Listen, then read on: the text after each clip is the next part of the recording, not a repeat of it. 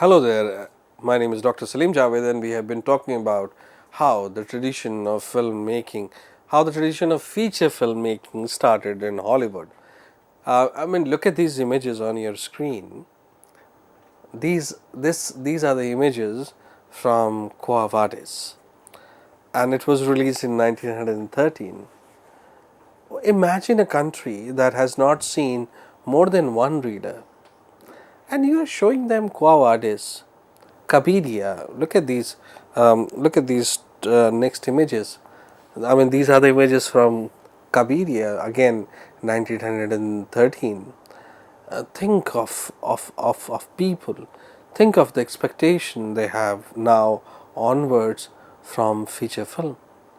Now, so there was a significance, like as you can see on your screen, a significant segment of the cinema audience was influenced by Italian spectacles, leading to a nationwide feature film craze that challenged the conservative dominance of patents company and threatened the viability of its one and two reeler films. Look, it is a powerful statement. As long as patents company or MPPC, um, you know, they had a they controlled the exhibition. As long as people have not seen films from France and Italy, and especially the films that I have just talked about, they, I mean, how would you want more if you have not seen more? It's a very commonsensical assumption. Like suppose if I have tasted good food and I have not tasted good food, or bad food. If I had this range, then only I can say that it is a good food, it is okay food, it is a bad food. Imagine that I do not know the range, I have no range. That was the case with MPPC. As long as it was one reeler, no, people were not aware that something other than this exists. Now, when it was, when people became aware, when they saw these two Italian marbles, uh, Cabiria and Quo Vadis, then they realized, oh my God, this is something that we should have more. And obviously, then the 1914, the First World War started. So, MPPC or Patents Company, they started, losing their audience. They were adamant that we will not produce more than one or two reeler. A two reeler is a later development. Now, very interesting development took place in 1914 when the Paramount Pictures was established by several of the country's most influential independent distributors and exhibitors. This thing will be coming quite often. Now, look at this. Feature film rendered cinema respectable for the middle class. Now, for the first time, you have heard the word called respectable. Till now, for last many in many of my lectures, what I was saying, that the people who were associated with the business of filmmaking, they were they were not very happy. It was not something to pride about, or something that they were very happy about. Till this point, it was like we are part of an industry which is producing cheap entertainment. For the first time, I am saying that feature film rendered cinema respectable for the middle class. Now, it progressively broadened the cinema's regular audience to encompass substantial segments of the middle class and emphasized the importance of production quality alongside its quantity. Now, this is exactly very opposite statement that I have been talking about for last few lectures. Nobody was bothered about quality. What they were saying, we per week we have to produce one reeler per director. This is how it was calculated earlier, if you remember. So for the first time they are talking about terms like respectable, middle class, broader audience, quality for that matter. Now this is what has started. This is what, when you assimilate things, when you borrow things, when you assimilate. I mean, there is no problem if I do not have, knowledge about something. There is no problem accepting or realizing or appreciating it from, if I'm getting it from someone else. Now, longer films necessitated a more deliberate production process. Now, this each word is important. Longer films necessitated a more deliberate production process, requiring higher expenditures and meticulous attention compared to shorter one and two reelers. Once features gained widespread acceptance, elevated creative and technical standards, a new competitive focal point within the business. Now, look at this, how now you are witnessing that how scenario is changing. I mean, few years, just I mean, this is how, like in my generation I have seen pager, in my generation I have seen, you know from landline to a mobile phone, from 16 rupees to free of cost calling. In my generation I am seeing AI, so it is the same thing. I mean, this is how development were happening all around. That 1 year back it was not respected, 1 year back it was cheap entertainment, 1 year back, okay fine, I'm all right. Now 1 year later, okay, it is a respectable industry, it is a very creative industry, it is, there is money, we need to have quality. Now think of the development, think of this exchange. And why? Because they were not afraid of, embracing changes. So I mean, technically, on YouTube, Kabiria and Quo Vadis both are available. If you get a chance, think of 1913 and watch these two films, and you will see. I mean, Kamal to hai. Then you will realize that how these things. Now very interesting development, which is like, I mean, now we don't have it, but it was great when it happened. To accommodate the new films and their new audience, a new kind of movie theater sprang up across the country. The first of which was the 3300 Strand, opened by Michel L. Lamarck, in the heart of Broadway district of Manhattan in 1914. Now look at your screen. This was the cinema hall. You know, uh, 3,300 seats. What it had. I mean, let this photo be on screen, and let me read out the detail of it. Look at the details. It was a dream place.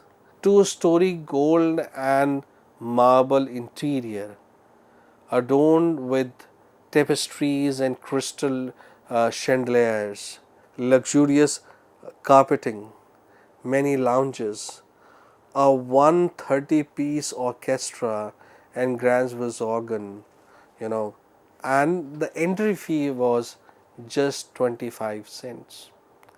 By 1916, there were over 20, if there were 10,000 Nickelodeons by 1908 and 9, by 1916, there were, over 21,000 newly constructed and renovated cinema theaters, signaling the end of Nickelodeon period. I mean, imagine, now there is a complaint, which is a very personal complaint, that in 1916 they had 21,000 cinema halls in their country. We do not have 21,000 cinema halls, single screen, even today in India. And I am talking about 25, so around 10. I am talking about they had 21,000 screens 110 years back. We do not have this much of cinema. More cinema means what? Please understand. More cinema means more revenue. More cinema means that the ticket price will be competitive. More cinema means that people will come because ticket price is less. One of the main reasons of downfall of Hindi cinema today, people are saying that it is today, but it was evident in the year 2009, I think.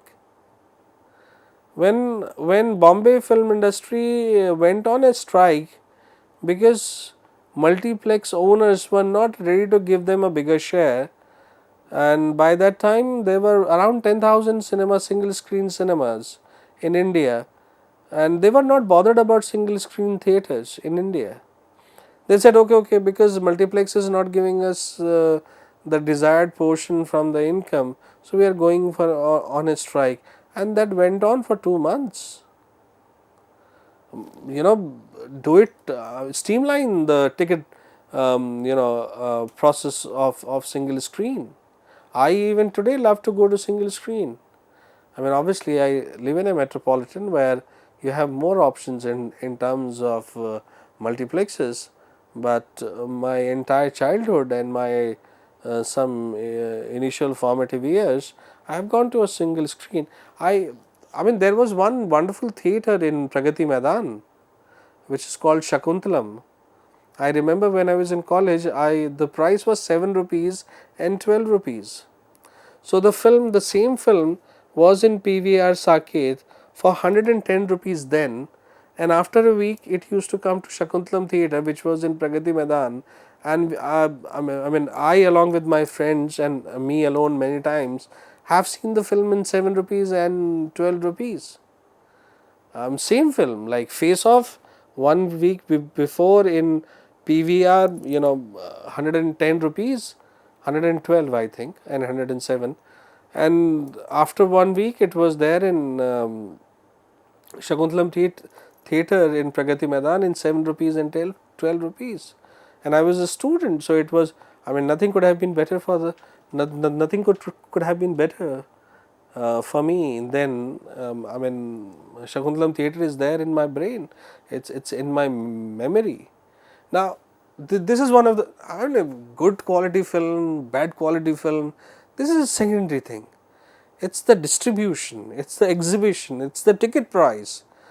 Today a person in Delhi, if he is taking his family or her family to cinema hall, so on an average he or she is spending, along with popcorns and nachos and cold drinks, I mean, it's a 4 to 5,000 affair, 4 to 5,000 rupees affair.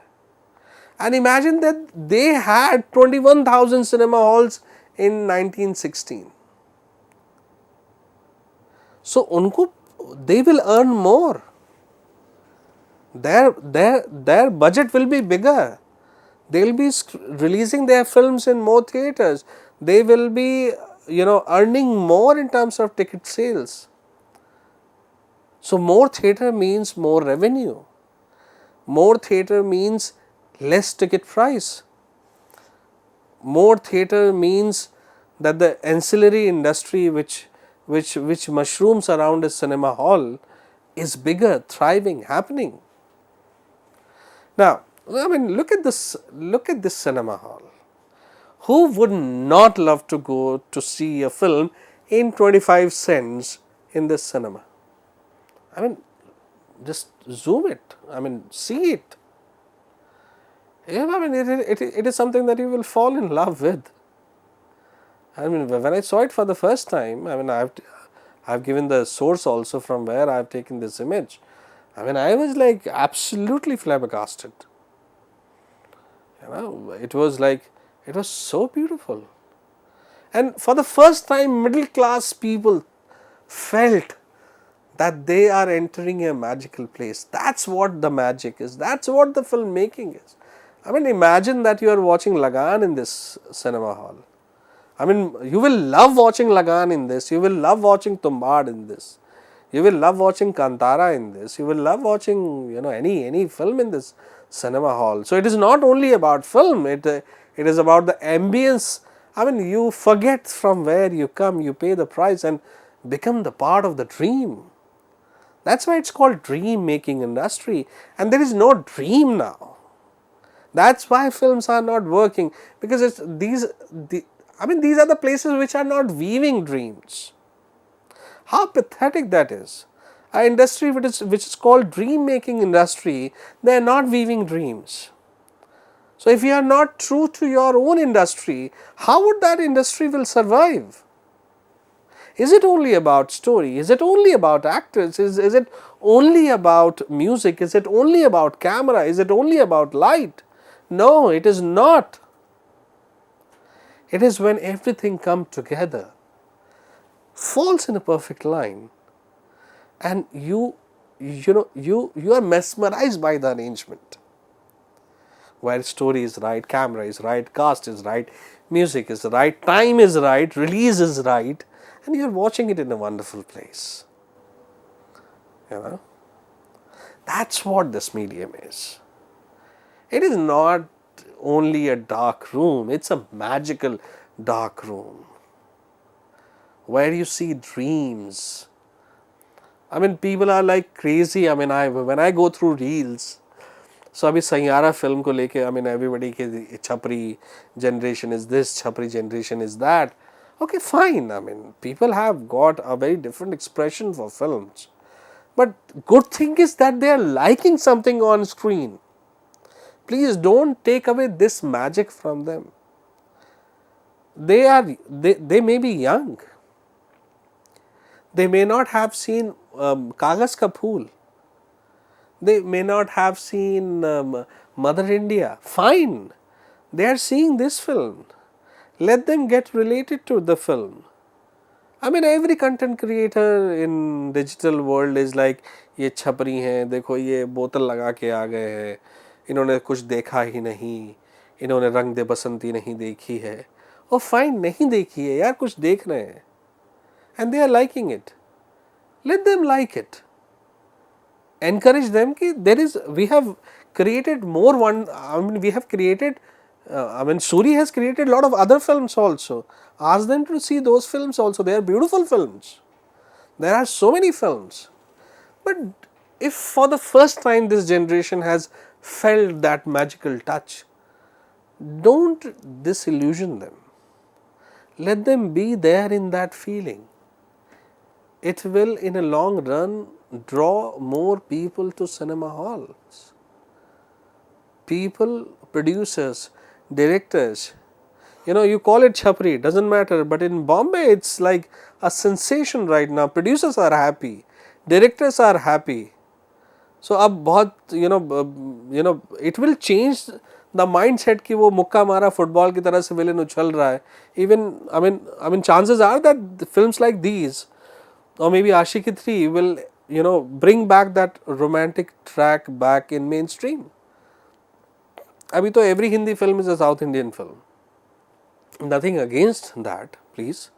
I I really, when I saw Tiruda Tiruda is something that I have been talking about for a long time. Is it possible to watch Tiruda in Delhi today? I want to see that film in original language. I want to see Tiruda today in Delhi. I can't. I can't. So it's not that I am against every film is a copy from South. I mean, which is a good thing. I mean, they have established themselves. Why not? But don't lose your own track. That is what it is all about. Now, very interesting question. The rise of film, the rise of star system. In every lecture I struggle about how many slides are more than enough. I always wonder this. I wanted to talk about South versus North sort of style of filmmaking. Interestingly, everything is down there. South is there, Bombay is there. So nothing is North. I mean, because it is Hindi, so it is called Hindi film industry. Otherwise, it is made in Maharashtra. Bombay is there. So interestingly, so now let's see how this star system that we know today is born. Now, obviously, we are talking about 1910, 11, 12, 13, 14, and obviously MPPC is there. So the effect of MPPC is like 15, 16. I mean till 15, 16. So how this star system, now look at these, first of all look at these two images, look at these two ladies, okay, they are the initial stars of the world, Florence Lawrence, and the other name is Little Mary. Why, interestingly, these are screen names. And now look at how it all started. Now, when things were under the control of MPPC, MPPC unknowingly, now listen to what I am saying, unknowingly controlled these stars. MPPC believed, or the patent company believed, that if people get to know about stars, that who is Lawrence, who is Little Mary, if people get to know their real names, and if she is available, chances are that these two people and more stars, Charlie Chaplin became one of them, D.W. Griffith for that matter became one. This guy who is rather, for me, he is not exactly bigger than Charlie Chaplin, but not less than Charlie Chaplin, and very few people talk about him. I'll be discussing his name also. If you have seen, I mean, you must have seen him. He is like as good and sometimes better than Charlie Chaplin. I don't know why people do not talk about him. I'll be discussing about him. So think of MPPC control and how they foresee that details of these actors in public will raise their price for the film production company. Now, I give you an example. The Little Mary, the images that you have seen, her real name was Mary Pickford. The Biograph girl, her real name was Florence Lawrence. So initially they were not known as Mary Pickford or Florence Lawrence. They were known as Little Mary or Biograph girl. Biograph is a company. So in all the films of Biograph, she was there. Little Mary was always little, and she was like Little Mary. Now, when this thing ended, Charlie Chaplin initially, okay, Charlie Chaplin was able to charge $1 million for each film from the production company when this star system established. Before that, they were on salaries. Now, think of that today I am at a certain, my salary is certain. Suppose my salary is say 1 lakh. After 2 years, my package is 100 crore per annum. Is there a comparison? I mean, is there a comparison? That was the case. I mean, my job is to tell you good, bad, both, everything. when today Subhash Ghai or for that matter S.S. Rajamouli, they say that one of the first thing that we have to control is the star price. I mean, obviously they were able to make Bahubali because the price of the fee of the star was under control. So they are not wrong. And that is what exactly MPPCC, for the first time, I agree with MPPC or the patent company, and they could see that if this gets out of hand, and the things will be blown off, and that is what exactly happened. I'll talk about the rise of star system at detail very soon. Thank you.